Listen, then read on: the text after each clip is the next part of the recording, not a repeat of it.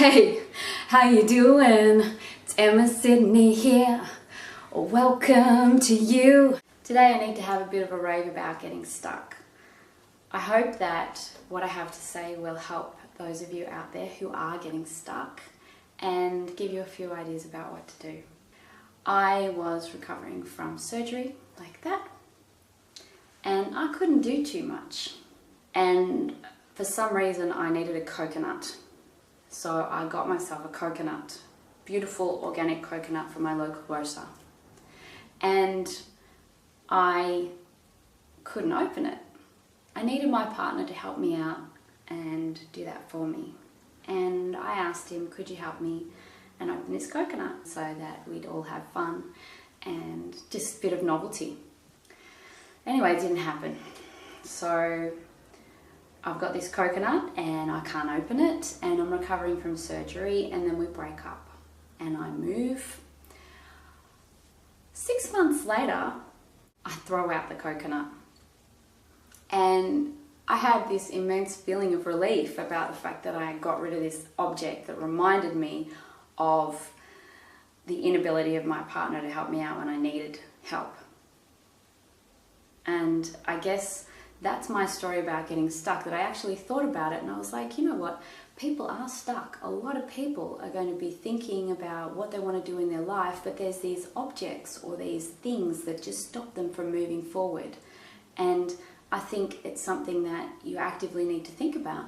There was this little inanimate object sitting in my fruit bowl for 4 or 5 months, and it was a reminder of not getting what I wanted. It was a reminder of something I hadn't completed, and it was a reminder of the failings in my relationship. So it's important to move on from that. You might ask, well, how do you move on? If you are stuck, if you identify you've got something in your life that you want to change, how do you move on? What do you do? For me, I think about life every day and I look for joy, and I get inspiration from other people to seeing what you want to see in life, making the world around you beautiful, taking away that clutter. When you see something, is it giving you some joy? It's actually really important to look out and see a sunset and enjoy that. It's really important to look at your child's face and appreciate the beauty that is within them, to see their joy and hopefully create joy for them through appreciating them, looking at them, listening to them as well. To hear. Having sounds around you that you enjoy, listening to your favourite music, the way that you speak to your children and your parents, saying positive things instead of negative, being able to think in terms of, well, how is this going to impact my life? If I'm yelling at somebody, is that a good thing or a bad thing? Can I hear differently? Can I hear them differently? Can I react to anger with quiet? That's how you hear. To touch. Touch is the most important thing in life. Something like 4 hugs a day should be minimum. 8 hugs, everyone should get at least 8 hugs a day. 12 is optimal. This is what I heard. And I can say that that yearning for having someone to hug and to hold is perhaps more important than having a wedding ring. To hug and to hold. Not to have and to hold, to hug and to hold. To taste. What is it that you put in your mouth? Where does the food come from? How often do you prepare yourself a good meal? And do you prepare a good meal for your children? I know life is really hard, it's really busy, and you're running around being a nut. Everyone does it.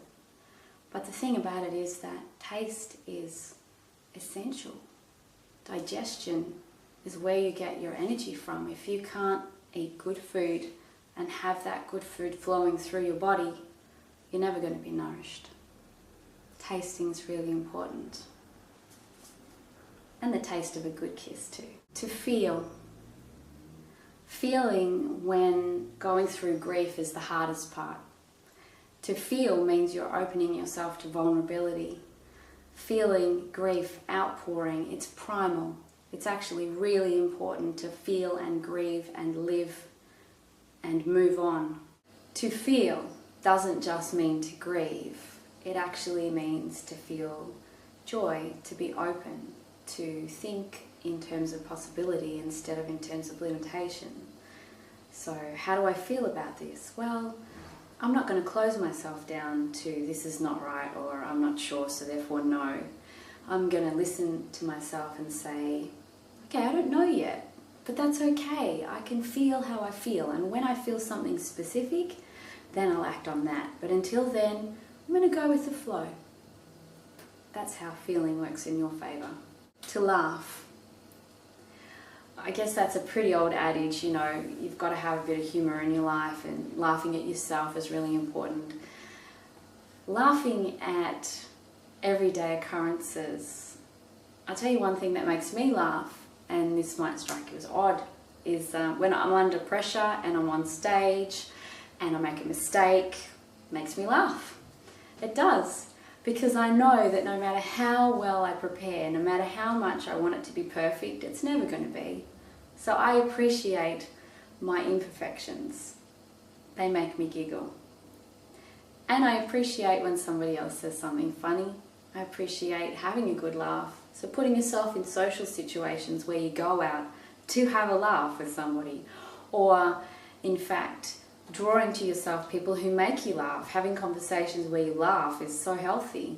So I encourage everybody, try and laugh. If you're not laughing, you need to find somebody who will make you laugh and who you can make laugh as well.